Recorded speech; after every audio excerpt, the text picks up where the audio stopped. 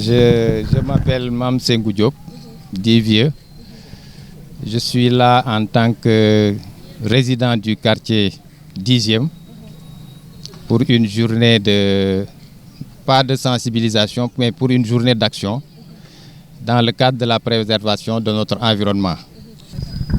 Bon, cette initiative en fait est née de désagréments causés par la pollution aussi bien sonore que hygiénique, causée par le stationnement de certains véhicules et le passage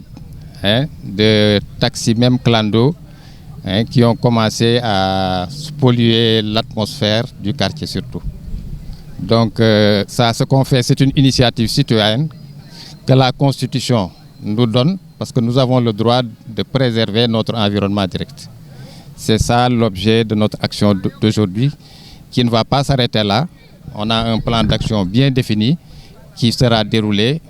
au moment opportun. Pour ce matin, pour cette journée, nous avons bénéficié quand même de l'appui des autorités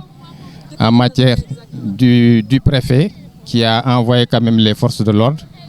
pour éviter quand même des affrontements qui pouvaient quand même amener certaines situations catastrophiques. Donc nous en remercions aussi l'autorité. Mais nous demandons aussi à l'autorité de nous accompagner plus vigoureusement dans nos actions. Bon, c'est ce que je disais tout à l'heure. Bon, après cette journée, nous ferons l'évaluation de ce que nous avons fait. Et nous avons quand même des plans pour pérenniser cette action qui puisse en fait trouver une solution durable. Parce que si nous ne trouvons pas une solution durable, nous allons encore retomber dans les mêmes travers. Et ça risque de créer des affrontements qui vraiment pourraient causer quand même du tort à l'autorité et aux riverains même. Bon, si vous jetez un coup d'œil derrière moi et aux alentours, vous verrez que quand même la jeunesse, les jeunes sont bien présents sur le terrain. Et ceux qui ne sont pas là, c'est parce qu'ils sont occupés à d'autres tâches. Voilà, je voulais ajouter... Non, je voulais ajouter qu'il y a eu des oppositions, des tentatives d'opposition ce matin, mais heureusement que l'autorité qui a envoyé des forces de police, on a pu contourner ce problème quand même. Je m'appelle Mohamed Diallo, de 10e, en face du musée des manufactures. Ce qu'on fait pour préserver notre carte de vie, ndax ku xam 10e, muy quartier boo xam ne boo fi daan dugg da ngay joxe sa carte wala sa carte pour mën fee dugg. Ñu dem ba tey pour nga dugg ci koñ bi sax dafa jafe ndax encombrement bi encombré par qui par oto jën yi encombré par qui par les vendeurs à la sauvette. ñu ne nag dafa jot ñu jóg na suñu koñ menoon suñuy waajur xeex ba wàcce nañu ko noonu ñun amuñu droit mu gën a yées ci ñun ngir ëllëg suñuy doom. waaw li fi xew tey boo xoolee ñoom dañoo nettoyé woon le marché dàq leen fa amuñu fu ñu jëm nag xam naa yaakaar ne espace bii rek espace bu ñu bàyyi la noonu mais du espace bu ñu bàyyi noonu parce que waroon nañ ko ay pneu ba protéger ko def fi terrain de football def fi aire de jeu pour les enfants mais ñu dem ba gis ne squatté nañ ko ñu ne nañ waxtaan suñu biir xool ñu leen fiy jëlee du dara du sécuriser la zone et nous avons des projets également pour zone pour espace bi xool lii jëmale dëkk bi kanam xool lii jëmale gox bi kanam parce que li fi am pollution la une pollution visuelle pollution sonore da nga yeewu suba teel day mel yaa ngi ci biir marché bi suñuy doom day mel ñu ci biir marché bi te fii du marché c'est un quartier un cadre de vie nous n'habitons pas dans le marché mais nous habitons un quartier et des commerçants qui nekkul ci marché bi ñoom ñoo bëgg a ñëw def fii marché ma jàpp ne ci biir marché bi am na espace di inviter l'autorité que les autorités li may inviter autorités mooy que les autorités prennent leurs responsabilités une autorité ça s'assume c'est des responsabilités biir marché bi am na espace moi j'ai visité le marché dugg naa ci marché bi gis naa ne am na espace yu doy nañ dugg ci marché bi marché la ñuy jaayee mais xale yi jàngi collège Saint-Gabriel xale yi jàngi Daniel Bourdieu xale yi jàngi Idrissa Diop seen parents yi dañuy dépenser non seulement en carburant mais xale yi dañuy tardé di rater ay enseignement apprentissage baaxul ci xale yi il va de l'avenir de nos enfants donc loolu daal moo tax ñu nañ jóg tey xool entre nous nu ñu defaree vraiment di saluer engagement jeune quartier bi ah 10e dañoo wane la ñu mëne woon la ñu gën a dolli tey jeunes yi ñëpp a génn mag ñi génn accompagner ce mouvement d'ensemble là vraiment ñuy defar amul xale bu ndaw amul maire amul ñëpp a ñëw ku mënul ñëw sax yow toog nga ñaan woote nga téléphone vraiment ñuy sant ñëpp. bind nañu lettre à toutes les autorités muy mairie ville muy mairie Thiès Ouest muy préfet département muy sous-préfet Thiès Sud muy mairie Thiès Ouest xëy na ñu ngi ciy xalaat mais wax dëgg yàlla tey bi ñëwee ba taseeg benn résistance ci commerçant yi ah bi ñu woowee préfet franchement immédiatement le réagir parce que xeex naroon na fi am mais bi police ñëwee wax dëgg yàlla dañoo régler lépp commerçant yi dem seen yoon permettre ñu liggéey ah di remercier autorité bi loolu la ñu xaar ci ñoom. lan mooy doon suivi bi ginnaaw tey. suivi bi mooy dañoo bëgg les autorités et nu ñu fexee ba cadre de vie bu esplanade bu gaar bi kenn taxawatu fa kenn jaayatu fa c'est parce que am na lu ñu fa def ils ont mis des agents là-bas nañu utal au moins ñaari agents yu ñuy fixel fii dina tax ba commerçant yi tamit duñ fi ñëw di laal di daw dàqante ak ñun parce que ñun xayuñ ci ay dàqante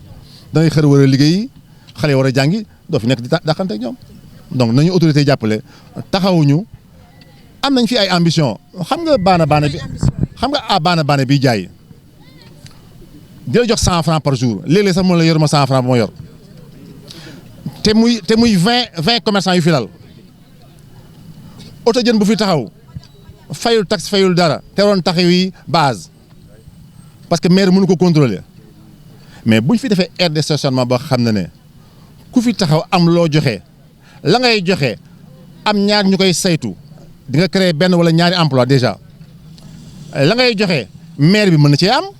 koñ bi mën na cee am espace bi mën na cee am ba sax ñu jëriñ koñ bi yëpp ci en général kon nanu autorité encadré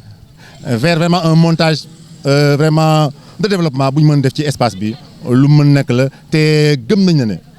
depuis Aliou Sow les jeunes ñu ngi ciy dox pour que ñu jox leen fii mu def aire de stationnement et gëm naa ne autorité bi nañ ci accompagner préfet Thiès Sud tamit ñu ngi koy remercier ndax bu lii amee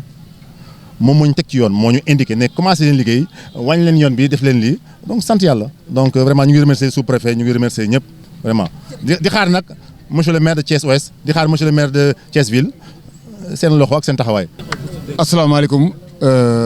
waa Prestige maa ngi leen nuyu yéen ñëpp ku ci nekk sa tur ak sant man la Papis Niang di dëkkandoo ci koñ bi nekk membre conseil de quartier bi nekk ci luy doxal koñ bi. soxna si tey sama yaram dafa daw tey laay doog a xam ni ndekete di jeune 10e bi 10e rek lañ bëgg 6h30 du matin ba léegi ñu ngi fii taxaw tey jii bu ñu gëmlu woon am gëm-gëm wala amuñu pas-pas heure yooyu du ñu fekk biñ fi ñëwee tamit xaw nañ am jàmbaarloo ak ñi fi ne ndax depuis avant-hier lañ ñëw ci ñoom ni leen ay julit ngeen ñuy ay julit ngeen ni ay père de famille ñuy ay père de famille waaye fii ngeen occupé ñun duñ ko nangu tey duñ ko nangu te baaxul te dem nañ fi mu war a dem yëpp ñu ngi leen di ñaan gannaaw suba incha allah dañuy ñëw fii pour nettoyer setal ak yëpp bëgg nañ nang ci jàmm ak salaam ngeen abal ñu fii ñu defar ko pour le bien du quartier ñoom ñëpp ñu d'accord ak ñun mais tey bi ñu ñëwee dañ leen fekkaat ñu lal. naka ngeen def ba tey ñoom ñu nangoo jóg ngeen. voilà bi ñu ñëwee fekk leen ñu lal man ma ñëw ànd ak sama ay raq gaay yëpp jeunes yëpp ñu ñëw ni leen teewul ba léegi indiwuñ benn affaire ñëw ni leen kat ah mon frère ñëwoon nañ démb wax ak yéen tey nag moom di ngeen ñu may nang dañ leen di ñaan nang ngeen jël seen bagage ci jàmm ngeen dem balaa quartier bi di génn ñu mën a defar fii am ñu d'accord am ñu riposté bi ñuy riposté nag segam ñoom ñu fi dëkkul ñoo mën a jaayante seen bakkan ci koñ bi masa ñun ñu fi juddoo yaroo fi ñun leen nang kon tey di ngeen ñu rey war ñu leen di ngeen fii jóge ñu ñëw taxaw ak ñoom xëccoog ñoom ba ñoom ñu nangu pousser cédé ñu toog tuuti gis waaw quelques éléments police ñëw ci lañ daw ñoom ñu jël seen i bagage ak yëpp xëj ko yóbbul leen soxna si gis nga damaa bëgg autorité Thiès yi ñu xam ni quartier bi du quartier caaxaan maire rek Mamadou Djité en personne préfet ak gouverneur yi ñëpp nañu xam ni quartier bi du quartier caaxaan liiral fee musée régional boo ko doon wër fii musée bu mel ni amu fi geesul ne magnifique des arts décoratifs Senghor moo ñëw boppam fii def ko fi bu mel nii amul Sénégal bu mel nii amul Sénégal la Croix-Rouge est là hôpital la ngi fii yeneen nag yeneen a ngi fi marché central baa ngi nii marché bi am na ci maire boo xam nee na ma sama poumon yëpp café la ndax café gi fi ñu koy saafeeg sama néeg day mel ni sama néeg la dama ne la bu commencé dañuy génn ñun ba café gi saafu ba noppi ñu doog a duggaat fii nga taxaw nii café gi boo xeeñtoo mi ngi lay xeeñ dañ koy saaf muy dugg ci biir kër nit ñi ñuy bàyyi pare wuñu ci fii de ñun waa marché bii rek de am na benn chicha bu ne fii day am ay compétition di day jaayee ko Kaolack Ziguinchor fu ne ñëw ci chicha bi ñuy tux xale yi yu gàtt yi la ñuy sol ni guddi gi dañuy jël seen jakarta di déraper di def yëpp tax boo leen gisee da nga naan ñii ban façon jigéen lañ fu ñu nekk ci àdduna ay 15 jaaro la ñuy tax ñaa indice ñu ngi ci quartier bi. loolu nag tàmbale nañ ko fii tàmbale nañ ko ci marché bi liñ jiitu mooy fii mooy poumon quartier bi dixième fii mooy poumon bi booy dugg si fii ngay jot booy féexlu fii ngay ñëw féexlu fii moom bakkan lañ ci teg. am nañ fi lu bëree déjà fii dinañ ko occupé am nañ fi ay école de football am fi ay lépp fii dinañ leen jox en attendant ñu occupé fii le temps ñu am yeneen idée toog waxtaanee ko xool leneen lu ñu fiy def quant à ay chicha yeeg yooyu suñu bakkan seen bakkan mais yooyu def fii dañ quartier bi li mu mérité faw mu téewaat ko te nag ñun on n'est pas violent mais ragaluñu nag te jàng nañ ba ñu waree jàng yóbbu nañu ñu jàng ba ñu waree xam war nañ ko xam quartier modèle la dixième foo dem ni dixième laa dëkk dañ lay xoolaat ci njàng ci discipline ci yar ci teggin te booloo na ñun ñëpp nekk benn fas yéene xeex yooyu yëpp mu jóge fi te incha allah dinañ ko def. sant waa quartier bi sant sunu yaay am na sunu yaay yoo xam mënuñoo ñëw ñaanal nañ ñu ngi leen di sant sama rakk yeeg ñëpp ñi nga xam ñu ngi fi teew sant mag ñeeg ñëpp directeur musée directeur manufacture ak kii wu hôpital dixième bi ñoom ñëpp ñëw nañ fi sànq grand Bouba Diop l'infatigable ak grand vieux ñoom ñëpp ñu ngi leen di sant kii Jawar Ndiaye la sunu frère la démb la jógee voyage mais lii da koo ñor gisoo bàyyi na lépp ñëw kii sunu grand frère la Papis grand bu bien la fii la dëkk kon li may wax ni yëpp ñoom ñi ñëpp xam nañ ko di ñaan yàlla defal ñu jàmm ba lépp luñ naal ci koñ bi ñu àggalee ko incha allah. dinaa la ci sànni ay kaddu waaye balaa boobu man rek maa war a wax ci kaddu yi parce que man fii laa juddoo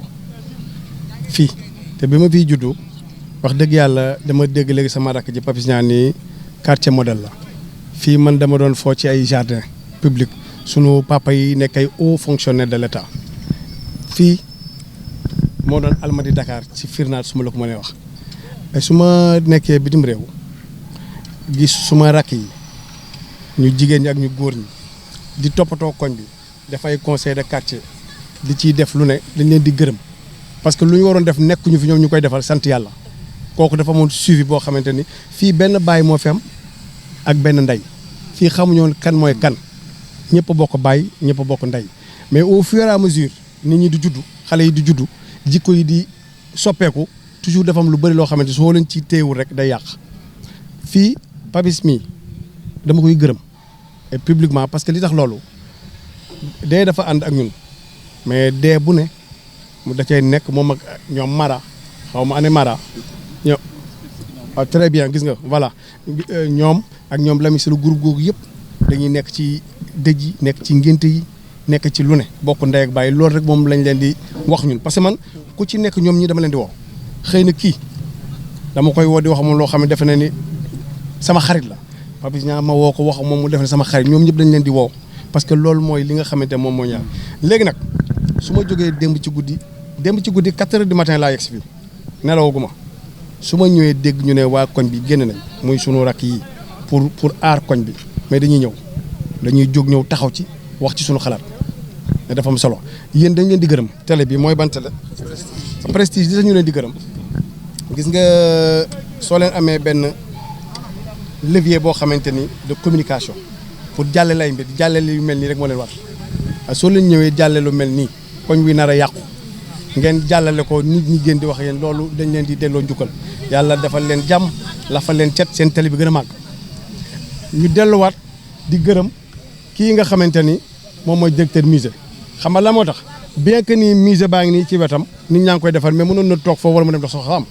ñëw na bokk ci yëf yi àndoog nit ñi vraiment ñoo ngi leen di gërëm di leen sant di wax li daal koñ bii mën na am lu ne parce que sunu baay yi def nañ fi lu ne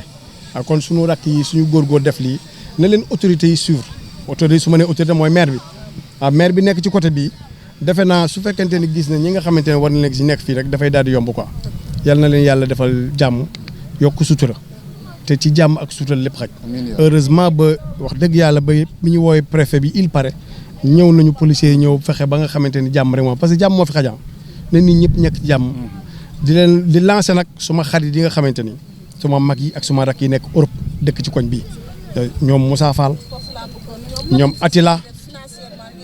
très bien ñoom Moussa Fall ñoom Attila ñoo may dégg ak ñëpp toog nañu daal man ak ñoom ñoo ngi doon déggante ci lu bëri. ma ne leen dama bëgg partenariat yi nga xamante ni am nañ ko fële ñuy dajaloo di jéem a xool naka la ñuy def jàppale gars yi ñu àndandoo liggéey koñ bi.